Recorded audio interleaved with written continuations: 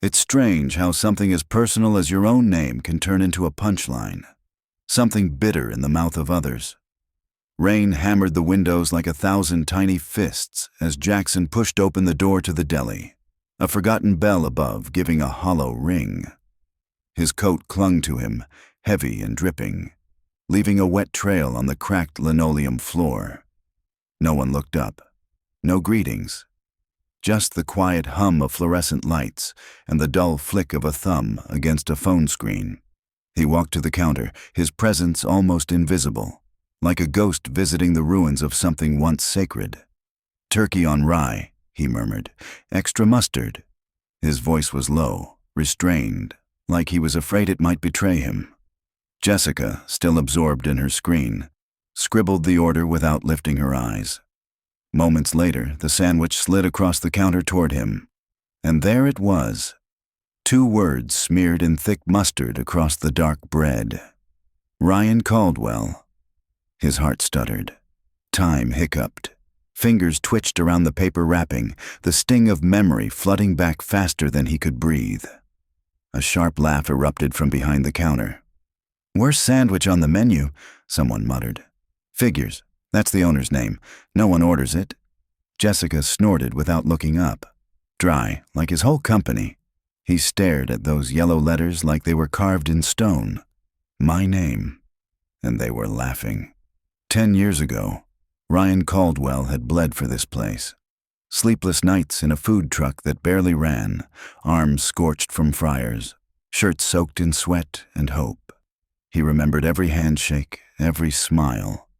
Back then, people waited for hours just to bite into his rye bread.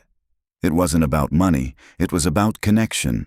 But success came, stores opened, 10 became 100, and then the whispers of business advisors crept in. "Step back, Ryan. Let the machine run. Be the face, not the engine." He listened. He trusted. And then he vanished.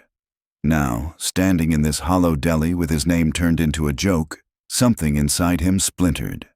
Rain pelted the windows behind him like a cruel reminder.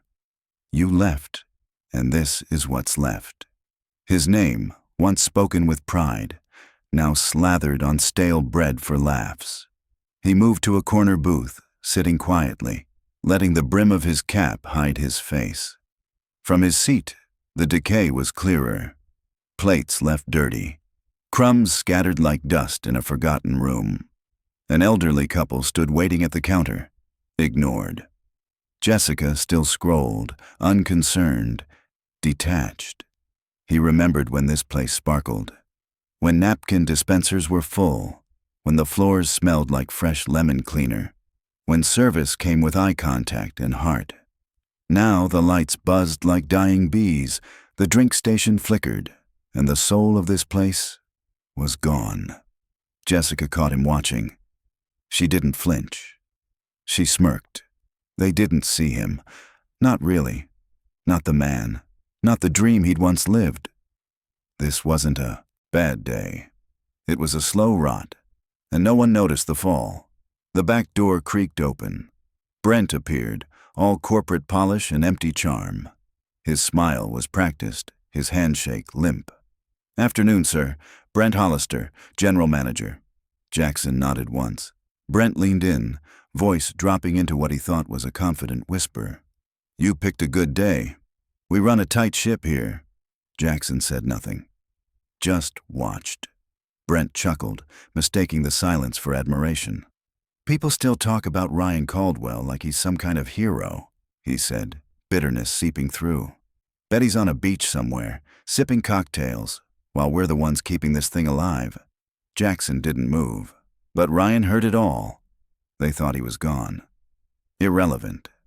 A name, not a man. Jessica returned with the sandwich. "Here you go," she said, still smirking. "One Ryan Caldwell." Laughter bubbled up behind the counter. "Oh yeah," Brent called out. "That's what we call it. The Ryan, dry, overpriced. Nobody ever orders it." Cook staff peeked out, giggling. One clapped. Brent gave a lazy shake of his head. "Worst seller in the chain." Jackson looked down at the sandwich again. Bread, mustard, His name. His legacy turned into a cruel inside joke. Jessica leaned over the counter. "It's just a joke," she said, as if that made it harmless. "Old legend like him, who cares?" His eyes met hers. No anger, just a deep, soul-draining coldness. She looked away. They didn't know what they'd done, what they'd killed. He pulled a small black notebook from his coat. His hand moved slowly, precisely. He wrote, "Location 47, dying." Then he paused, crossed out the last word, wrote a new one, "dead." He looked around again. The ghost of pride haunted every crack in the floor, every ignored customer, every shallow laugh. This wasn't just mismanagement. It was betrayal. Location 47 had once been the blueprint, the flagship, his masterpiece. Now it was a mausoleum. He tapped the notebook once, not with rage, but with resolution. They thought he was just a legend, fading in memory. But legends don't fade. They rise. Ryan Caldwell sat in the corner of the shop, silent and watching. And for the first time in a long time, he knew exactly what came next. From the corner, Jackson saw everything. Not just the surface rot, empty tables, cold coffee left untouched, but the apathy that clung to the air like mildew. Staff leaned against counters with slack jaws and scrolling fingers. Brent boasted like a captain of a sinking ship, while Jessica laughed at customers as though service was a favor, not a promise. In front of Jackson, the rye sandwich sat like a eulogy, the mustard bleeding slowly into the crust, spelling out his name in yellow smears. It was no longer a meal. It was an insult, a cruel reminder of what his legacy had become. His expression remained unreadable, but his heart roiled with quiet fury. This wasn't just a failed store. This wasn't about business metrics. It was betrayal, personal, poisonous, and unforgivable. A family stepped out without ordering. Another walked in and left just as quickly. Complaints went unnoticed, like whispers into a void. He closed his notebook with finality, a mental voice roaring through the silence. "I am Ryan Caldwell, and I'm not gone. I'm back." His grip around the notebook tightened.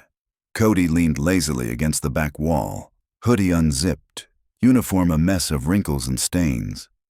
His name tag hung like a joke, a vape pen in one hand, phone in the other. He blew slow clouds of vapor without shame. No one told him to stop. No one dared. That was all Ryan needed to know. Customers waited. Orders stagnated. Brent didn't blink. Cody scrolled and snickered, flicking ash onto the tile like it didn't matter, because to him, it didn't. Ryan's eyes followed him, cold and calculating. This wasn't youthful indifference. It was rot, systemic and sanctioned. Cody wandered toward the drink station, still lost in his screen. No urgency, no accountability, just arrogance. Ryan's palm pressed flat to the table, steady but full of storm. They let this happen. They let him wear the Caldwell name like a costume, dragging it through the dirt. Then Cody spoke, loud and careless. "Doesn't matter, man. My uncle's corporate. Says I'm safe no matter what." Jessica laughed. "That why you don't work?" Cody grinned, smug. "Basically, Brent won't touch me. Family got pull." Ryan's silence grew heavier. He flipped open his notebook and wrote one word, nepotism. He underlined it, twice. Cody kept talking. "Brent said, long as the numbers are good, corporate doesn't care what happens down here, not his problem." Each word fell like lead weights in Ryan's chest. This was worse than neglect. It was a system built on lies. A corrupt hierarchy protected by excuses and bloodlines. Maria wiped down tables near the window, quiet, deliberate.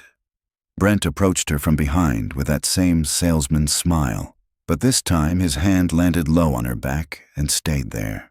Mariah froze. Her shoulders locked. Her knuckles went white around the cloth. "Missed a spot?" Brent whispered, leaning closer. Her eyes darted toward her co-workers, Jessica, Cody, anyone. But nobody moved. No one even saw her, except Jackson.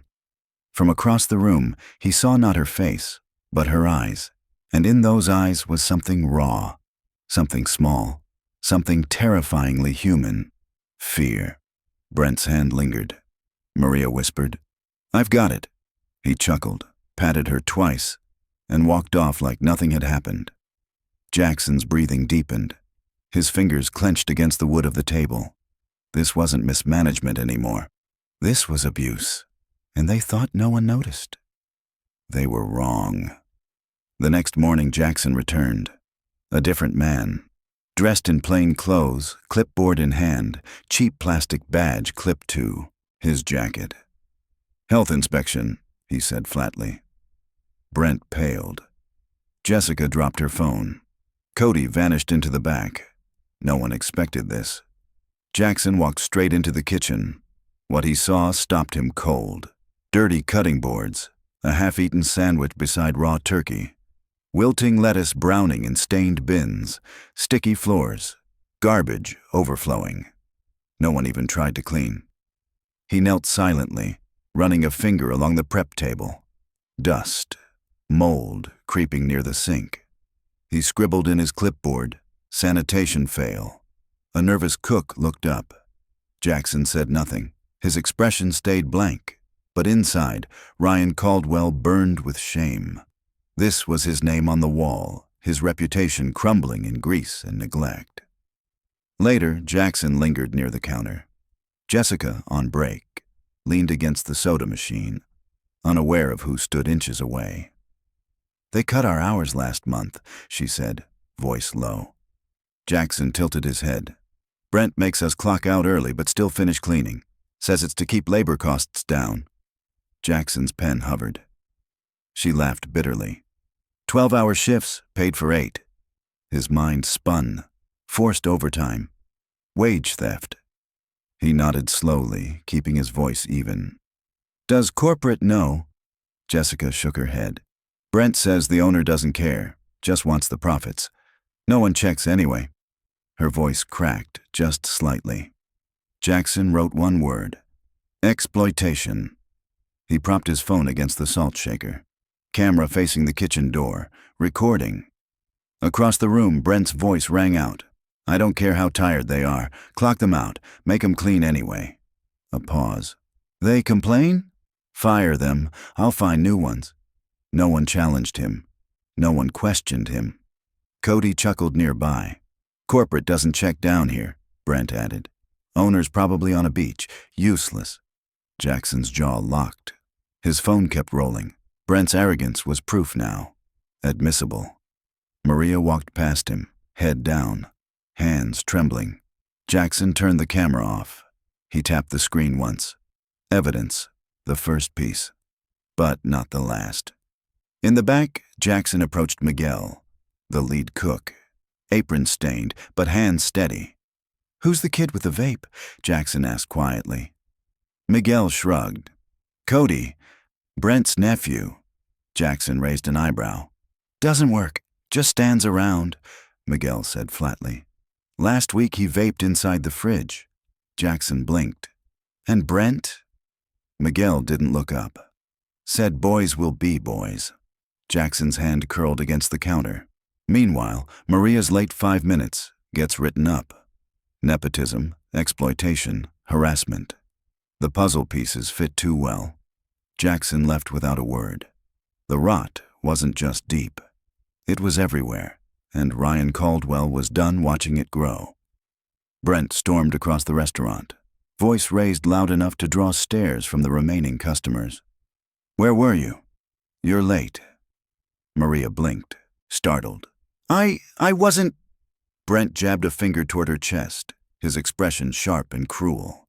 "Don't argue. Clock out early today. You're lucky I let you keep this job." Her eyes dropped to the floor. No protest, no defense, just silence. Jessica glanced over, met Maria's eyes for a second, and looked away. In the corner, Cody chuckled softly, amused by someone else's humiliation. Brent turned and walked off, not even waiting for a response. Maria remained frozen, a statue carved from quiet suffering. Across the room, Jackson didn't move, didn't blink. His notebook lay open, untouched. He didn't need to write anymore. The evidence wasn't in the ink, it was in the air. The equation was simple. Protect the family, punish the workers. He looked down at the half-eaten sandwich in front of him, the mustard now dry. The name Ryan Caldwell barely visible but unmistakably present. It stared back at him, not as food, but as accusation. Inside, a voice returned, not of uncertainty, not of observation, but of decision. No more doubt, it ends now. 2 days later, Jackson returned. Fresh suit, clean shave, clipboard in hand, his demeanor crisp, calculated. "I'm Marcus, Investor Relations," he said, flashing a fabricated badge with a practiced flick. Brent flinched, panic twitching at his jawline. Cody, however, grinned like it was a joke. "Investor, huh? You'll love this." He led Jackson toward the break area. "We're super efficient here," Cody said proudly. "On paper, we got like 20 staff. But most don't show." Jackson tilted his head. Silent. "Yeah, ghost employees." Cody continued, unbothered. "Brent set it up. Balances payroll, keeps the reports clean, pays his friends, pays the family. No one checks." Jackson's pen hovered. Paused, then scribbled 3 sharp words. Ghost, payroll, fraud. Cody leaned closer, whispering like it was a badge of honor.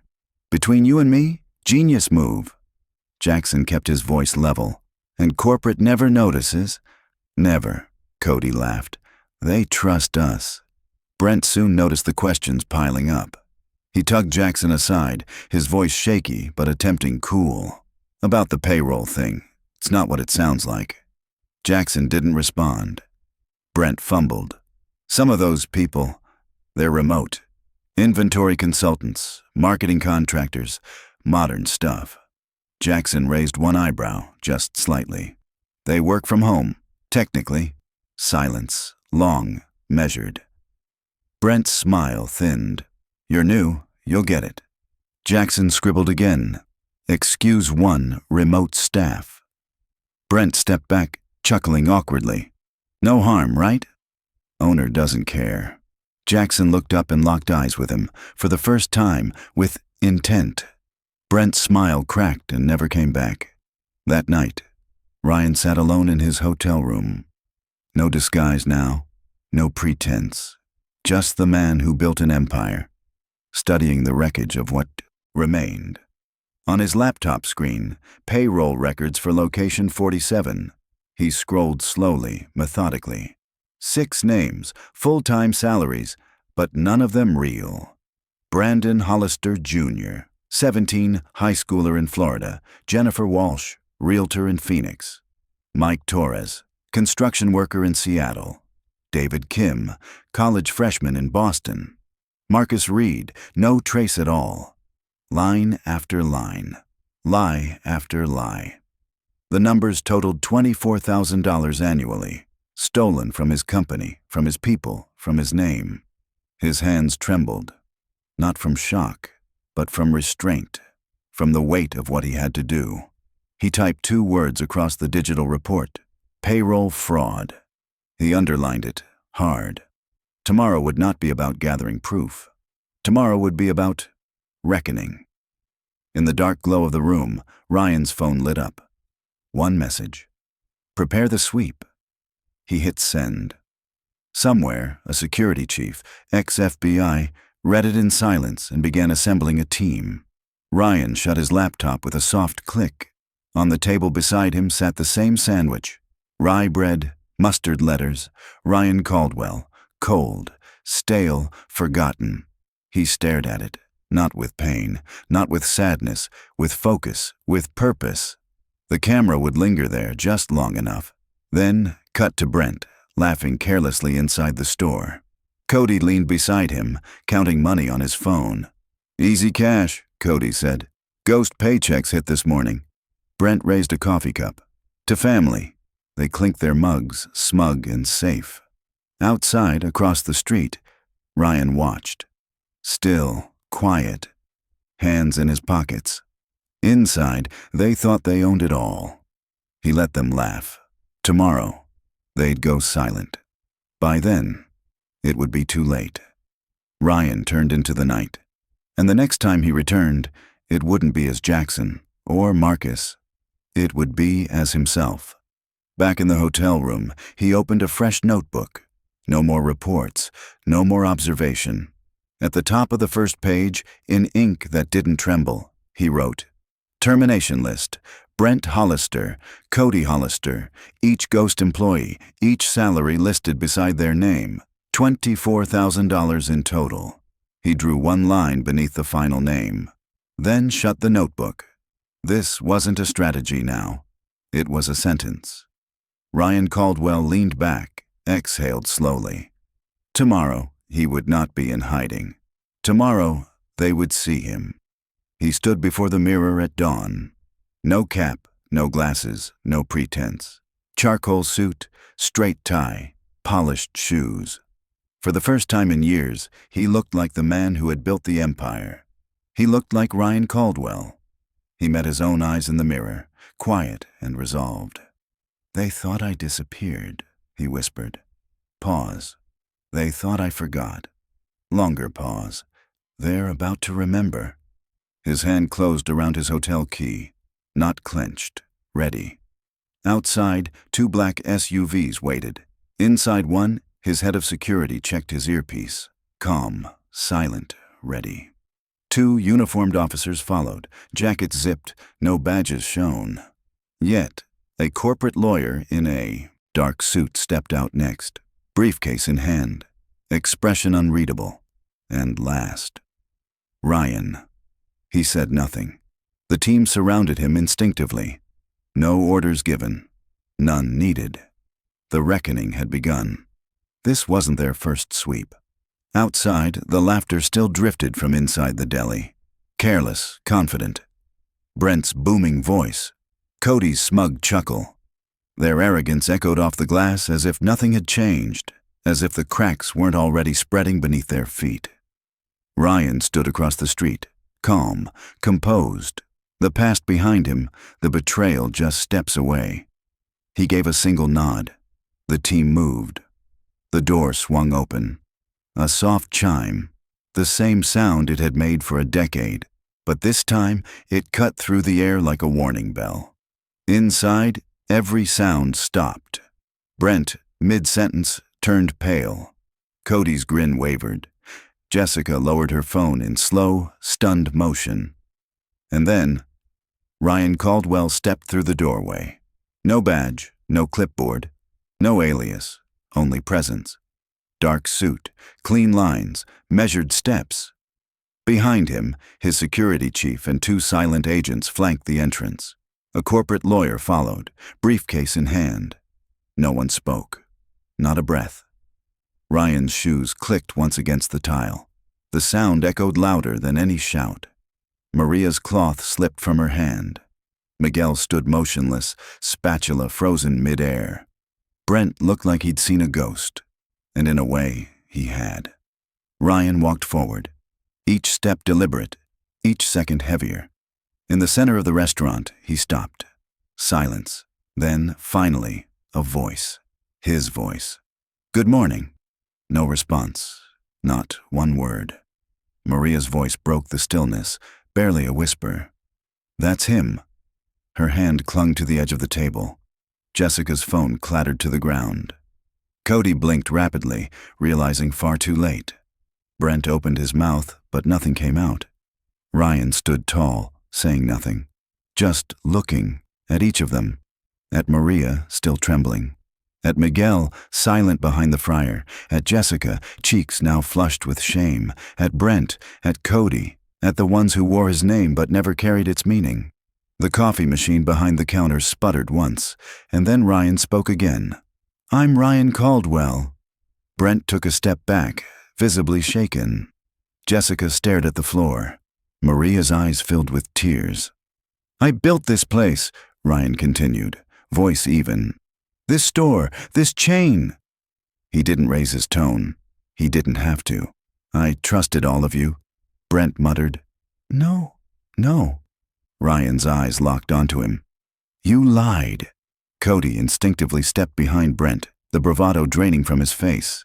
You stole. His words became sharper, cutting, precise. You mocked my name. A pause, and now you answer to me. Brent's legs weakened. Cody whispered, Oh God. Ryan unfolded a paper from his jacket, opened it slowly, methodically. He read each name. Brandon Hollister, Jr. Brent's skin turned ghostly white. Jennifer Walsh, Mike Torres, David Kim, Marcus Reed. Each name a blow. 6 ghost employees, $200,000 stolen. Ryan's eyes found Brent's. You signed the checks. Brent dropped to his knees. Please, Ryan, Mr. Caldwell, I can explain. You lied to corporate. I needed the money. I was going to fix it. Please. Ryan didn't flinch. You paid your son. Brent sobbed. Behind him, Cody tried to disappear. You stole from Maria. Ryan stepped closer. Brent collapsed, broken. I'm sorry. Please. Ryan's voice didn't shift. You're not sorry. He signaled silently. His security chief moved. 2 agents crossed the room. Swift, precise. No, please, Brent begged. Cody bolted, only to be caught by an arm, dragged backward. Cold metal clicked shut around his wrists. I didn't do anything. Brent, tell them. But Brent couldn't speak. His wrists were already cuffed. He sobbed quietly, head bowed. Around them, the room held its breath. Maria covered her mouth, trembling. Jessica sat down, legs unsteady. Miguel just stared at nothing. Ryan said nothing. He only watched as Brent and Cody were led away. They passed him. Brent looked up once. Ryan did not. Brent looked down. The door opened, and then shut behind them. And for the first time in a long time, the restaurant was silent. Ryan walked slowly to the counter. From inside his jacket, he pulled a small framed object. He set it down gently. It was the plate, the rye sandwich, the same mustard-scrawled name, Ryan Caldwell. Nobody spoke. They stared. Ryan's eyes dropped to it, then lifted to them. They thought this was funny. His voice didn't waver. They thought my name didn't matter. A pause. They were wrong. He didn't need more words. The mustard, once used as mockery, now stood as a monument. He stepped back, letting them see, letting it settle. This wasn't revenge. It was reckoning. Ryan turned toward the staff, meeting each gaze. Maria, still fighting tears. Miguel, hands clenched behind the fryer. Jessica, shoulders shaking. Tommy, the youngest, peeking out from the back room. Ryan's voice was softer now, but no less powerful. From today, a pause. This place changes. Not a threat. A promise. Jessica lowered her eyes. Maria wiped her cheek. Miguel let out a breath that had been caught for too long. Ryan looked at them again. I'm not leaving. Another pause. I'm not hiding. A longer pause. I'm here. He stepped forward. And from this moment on, one final breath. You're not invisible anymore. Nothing more needed to be said. The door opened once again. Brent and Cody, now silent, were taken outside. Their protests dissolved into the wind. Ryan remained where he stood, still, present. The door closed behind them. The sound final. Inside, the air was different now. Heavier, quieter. Ryan closed his eyes, briefly. Inhaled, exhaled. When he opened them again, there was no triumph, only clarity. He looked once more at the sandwich. Still sitting there, cold, quiet, familiar. The lies were gone. The fear had been named. But the damage, deep and personal, remained. This wasn't victory. This was grief. Maria made a small sound, a sob she could no longer hold back. She covered her face as the tears came. Jessica dropped into a seat, shaken. Miguel leaned against the counter, staring into space. And then, unexpectedly, Tommy laughed. It was small, nervous, but it was the first sign of something new. A crack of light through the wreckage. Ryan looked toward the sound, and for the first time, maybe, just maybe, something like hope flickered in his eyes. The laugh wasn't joy. It was release. Tommy's chuckle broke the silence not with comedy, but with something deeper. Relief. The kind that only comes after holding your breath for too long. Jessica laughed too, though hers came wrapped in tears, as if the weight she'd been carrying had finally cracked open. Around them, quiet voices returned. Tentative. Raw, like songbirds after a storm. For the first time in too long, they weren't just workers lost in a machine. They were people again. Maria raised her head, eyes red, but full of something else now. Recognition. She looked at Ryan. "Thank you," she whispered. Ryan didn't respond. He didn't need to. He stood still at the heart of it all. Solid, present. Not as a boss, not even as a symbol, but as a man who had returned not just to take back a building, but to restore what it meant to belong. He let them breathe, let them feel, let them be, and for the first time in years, they felt safe. The crying slowed, the breathing evened, the silence became something gentler. Then Ryan stepped forward. His voice cut through like silk on stone, clear, low, calm. "Now listen to me." Maria wiped her eyes. Miguel stood taller. Jessica raised her gaze. Even Tommy, still holding back more laughter than tears, leaned in. Ryan's eyes moved across their faces.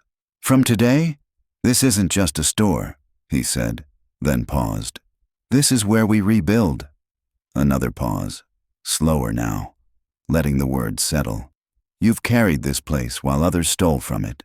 There were nods, silent, solemn.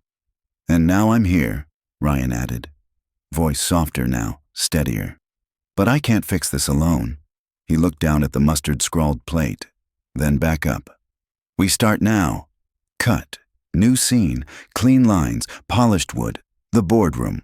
Ryan stood at the head of a long table, his leadership team seated, tense. No slideshow, no charts. Just Ryan. "Location 47 changes today." The room held its breath. "New kitchen, updated equipment, full health coverage, starting immediately." Still silence. No more unpaid overtime, no more silence around abuse, no more ghost employees. Now the silence was different, thicker, defensive. "If anyone has a problem with that," Ryan said slowly, "this table will be emptier tomorrow." He paused. The room didn't move. "This isn't about profit margins anymore." Another pause. "It's about people." Faces flashed through his mind. Maria, Tommy, Miguel, Jessica. "The workers are the brand," Ryan said, "and they always have been." His voice softened, but stayed sharp. "This isn't strategy." He looked around. "It's a promise." No one dared argue. 3 envelopes sat on the counter later that afternoon. Ryan slid them forward, one by one. Maria opened hers with trembling hands. Inside, a check. Back pay. Every stolen hour returned. Her voice broke. "Sir, I don't—" "You earned it," Ryan said gently. Miguel opened his envelope silently, his throat tight. He didn't speak, just looked up. Ryan nodded once. Tommy's turn. He stared at the envelope like it might disappear. "I just washed dishes," he whispered. Ryan didn't flinch. "You kept this place alive." No one replied. Maria cried openly now. Miguel wiped his face. Tommy held the check like a sacred object. Then Ryan said what none of them expected. "Thank you." For the first time, they believed him. He turned to Maria. "You've been training new staff, running shifts, holding this place together." She shook her head, eyes wide. "I'm just—" "No," Ryan interrupted, voice soft but firm. "You're the reason customers stayed." A beat. Assistant General Manager, starting today. Tears came again. But these were different, ones of earned worth. Then to Miguel. You kept the kitchen running, clean, safe. Miguel straightened. Ryan extended his hand. Kitchen manager, full salary, full benefits. Miguel took his hand firmly, his voice caught in his chest. I trust you, Ryan added. You earned this. The room didn't applaud. They didn't need to. The silence had changed.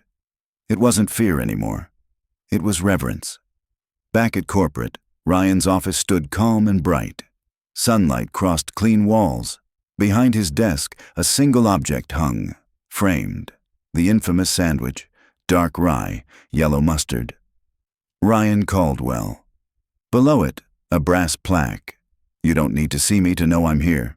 Ryan stood in front of it sometimes, not to boast, not to win, but to remember. Silence in a store was never safety. It was abandonment. Presence mattered. His name was once a joke. Now it was accountability. And Ryan Caldwell carried it. Every single day. Each morning, Location 47 hummed back to life. Dishes clattered in the back. Not Miguel, not Tommy. Ryan. Sleeves rolled up, hands in soap. He worked in silence, not for show, for service. Water ran clear, then cloudy. He rinsed, stacked, repeated. Maria passed by, paused, said nothing. Miguel watched, just watched. Tommy whispered something to Jessica, who only smiled. Their boss wasn't giving orders. He was washing dishes. When the last plate was done, Ryan wiped his hands dry and stepped away. Nothing needed saying. Outside, the first customers of the day arrived. Behind the counter, Ryan Caldwell was ready to serve, as he always should have been. Then, quietly, he spoke. If you've ever felt ignored, forgotten, disrespected, he rested his hands on the counter. This story is for you. Behind him, the staff moved naturally, confidently. The camera pulled back. The shop came alive. But nothing was the same. And if they ever laughed at your name, Ryan's voice continued, steady. Let them hear it again. Silence, then one final line. If you've ever been treated like you didn't matter, he looked into the lens. Say it with me. A pause, a whisper. I have too. And in that quiet, stories began again.